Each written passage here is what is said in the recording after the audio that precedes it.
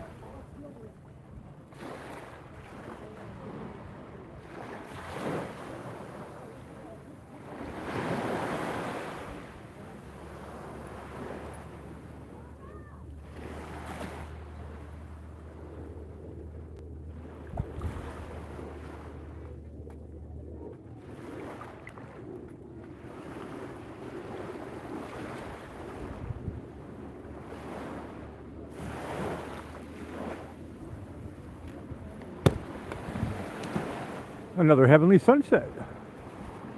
Let's go find Sunset Lady for the Afterglow Show.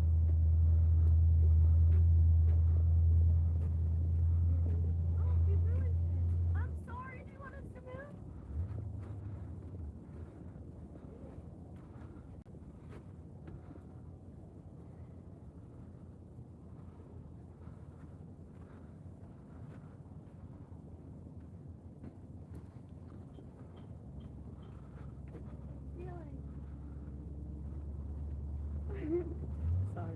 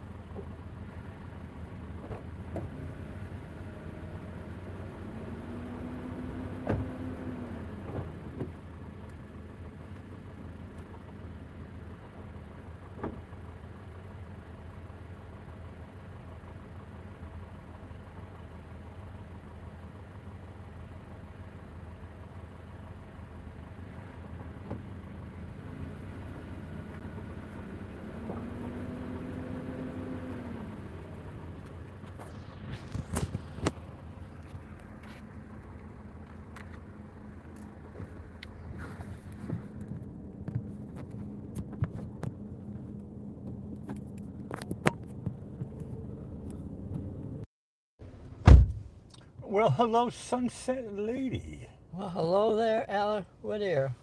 Aren't we lucky tonight? I was going to say, you have the same thing on your mind that I do. I know. What a heavenly sunset. Oh, I say it's one for the books. I predicted it driving over here. I said, this could be a really good one. Yeah, you were correct. And it's that Saharan dust is still coming around. They showed it tonight on the weather. That's what's helping us. Well, tomorrow is International Day of the Seafarer. And it's also Log Cabin Day. That's one thing your father wanted, was he wanted to live in a log cabin. Unfortunately, we never got that wish for Well, we him. had one in the backyard there. Yeah, well, he built a sort of one there. No. I'm talking about the one that was in the woods in Oh, Wilbraham. that's We right. could have moved in. It was the Boy Scout. It belonged to the Boy Scouts, I think. We could have moved in there. Yeah. Would have pushed the Boy Scouts out. Okay, it's also Color TV Day. And today is Midsummer Day, and we'll remember this one. Oh, look, all the rays of the clouds. I love it. I love the rays. And it's also National Praline Day. Now, for famous birthdays, in 1942, Michelle Lee, actress, singer, dancer, producer, director, everything. But she also played Karen on Knots Landing. That was a series. I think it was at night. I didn't see that one. Okay, in 1947, Peter Weller, actor and TV director, was in RoboCop. I don't think I saw that one, because my favorite was The Adventures of Buckaroo Banzai Across the Eighth Dimension. Oh, here's a birthday person tonight.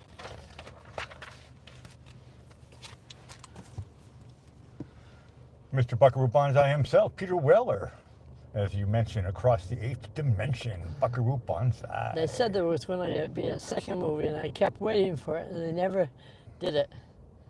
Maybe when they get really old, they'll try to get everybody together again.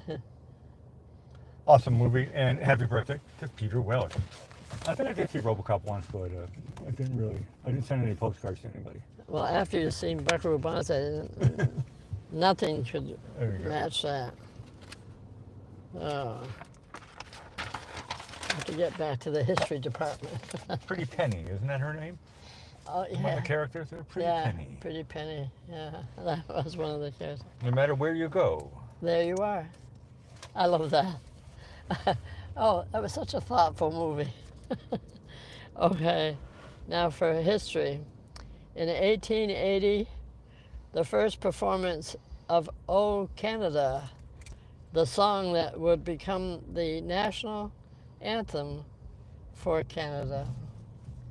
That was back, when did I say that? 1880. That goes way back. I wonder if they had hockey games in those days. I'm sure they did. Okay. 1901, the first exhibition by Pablo Picasso at age 19 in Paris. That would have been fun to go to. Okay, 1938, a 500-ton meteorite lands near Pittsburgh, Pennsylvania. I hope nobody saw it coming down. Okay, in 1956, the Steve Allen Show returns to NBC TV. I'm sure I watched that one in 1956. Now I have some quotes from Peter Weller. He said, "Art has absolutely changed my life." Well, he must have been an artist, and I didn't know that. And he also said, "A lot of things I don't do well. I don't do warm and fuzzy well." I don't know, he has the last name of Weller. That's close. Okay, Pablo Picasso has a quote. He says, "Look for a situation in which your work will give you as much happiness as your spare time." There you go. I love that. And we love Sunset Lady, so this is more fun than spare time. This is our spare time. This is our spare time. Working hard, hardly working, right? Oh, here's something I agree with Picasso on. He says, just like I do, every child is an artist. The problem is how to remain an artist once they grow up. And I think I know what happens is somebody comes along, a parent, a sibling, a bully, anybody comes along and says, "That doesn't look like a cat or a dog or something that they're drawing." And it's like a curtain comes down, and then they say to themselves, "I can't draw a straight line." Well, then I tell them, if you drew 1,000 lines, one of them's bound to be straight. Here you go. But you shouldn't give up trying to be an artist. I think everybody should have the skills for that. Okay, here's a little bit from Steve Allen to round our day off.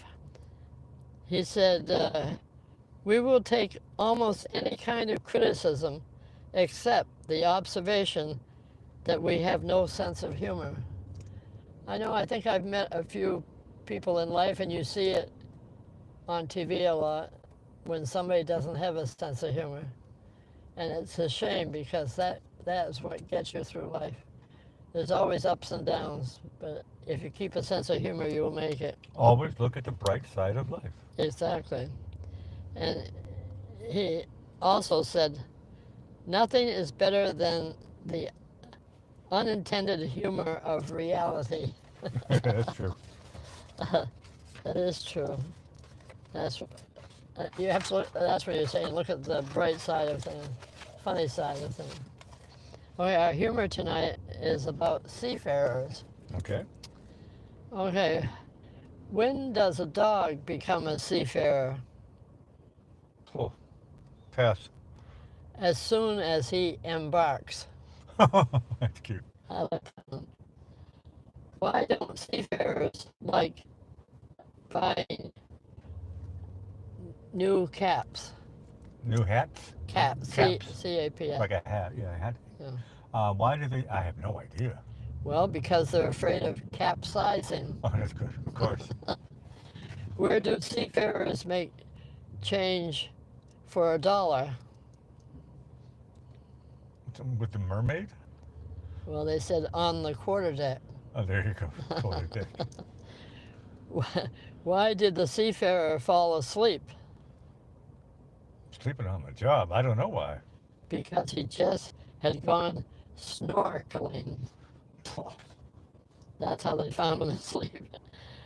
What kind of boat do seafarers learn their trade on? The Love Boat. Oh, that's a good answer, actually. The one they said was an apprenticeship. That's cute.